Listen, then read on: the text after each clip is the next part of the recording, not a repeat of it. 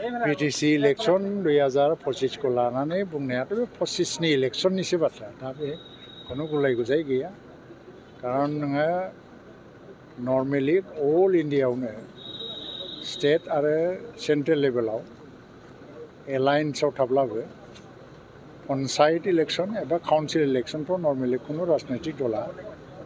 alliance जानानै गेलेया दा जों थांनाय बारावबो 2020 मायथाइयावबो एलायन्सआव गेलेखायाखै आरो किन्तु मोनसे स्पिरिटखौ मेनटेन खालामनाय जादों जे जाय जेसेबांखि देरहाया जयैनो गभर्नमेन्ट दाहैगोन एबारबो बे एखे फर्मुलायावनो फैगोन आरो दिनैनि दिनाव UPPLनिफ्राय बांसिन देरहानो हानाय क्षमताथ' BPFआव गैखायानो बा सोरबा रायजो दलाथ' बेवहाय स्टेडि गैया कंग्रेसआबो बे अबस्था गैया आल्टिमेटलि UPPLजोंनो ज' जानानै गभर्नमेन्ट दानांगोन दा गेलेनायाव आलदा आलदा गेलेयोबाथ' बे मोनसे अपरचुनिटिसो बयबो सब सिटआव गेलेनो हायो सोर बबेहाय मा बेसेबां स्ट्रेंथ दं जों देखायलायनो हायो दा बे मोनसे इस्यु नङा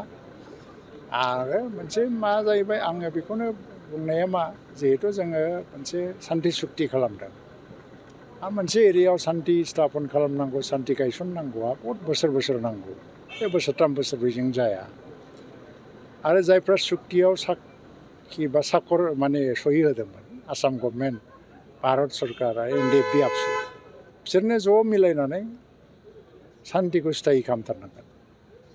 थ' बेखौ जों गेजेराव रावबो गारनो हाया बेखौ BJPआबो मिथियो गभर्नमेन्ट अफ इन्डिया मिथियो गभर्नमेन्ट अफ आसामाबो मिथियो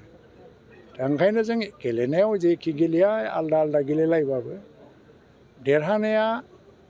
UPPLआनो नाम्बार 1आव थागोन BJPआ हयथ'बा नाम्बार 2आव फैनो हागौ BPFआ नाम्बार 3आव थांनो हागौ बा सोरबाया नाम्बारा पजिसनफ्रा सोलाय सोल'बो जानो हागौ 2, 3 बायदिसिना किन्तु UPPLजोंनो एलायन्सआव थानानै गभर्नमेन्ट सालायनानै एकर्डखौबो इमप्लिमेन्ट खालामनांगोन अब्लासोनो बाहाय पिसखौ एस्टाब्लिश खालामनाया पार्मानेन्ट जागोन लं टार्म जागोन मा अबस्थायाव बुंदोंमोन आं बुंनो रोङा बे BTC सिङाव मा जाबाय थादों आजिखालि बहुद मानसिया राजनितिक सिकिउरिटि लानानैबो एसे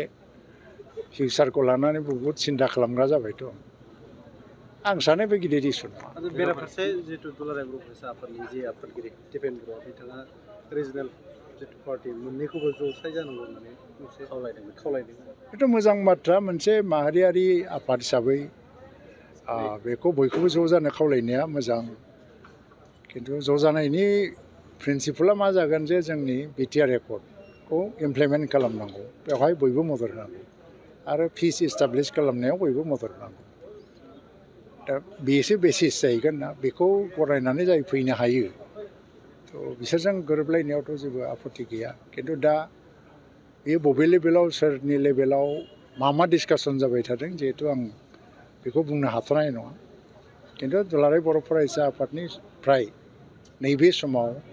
बेबायदि जि खावलायनाय हगारदों बेयो जोबोद मोजाङानो जादों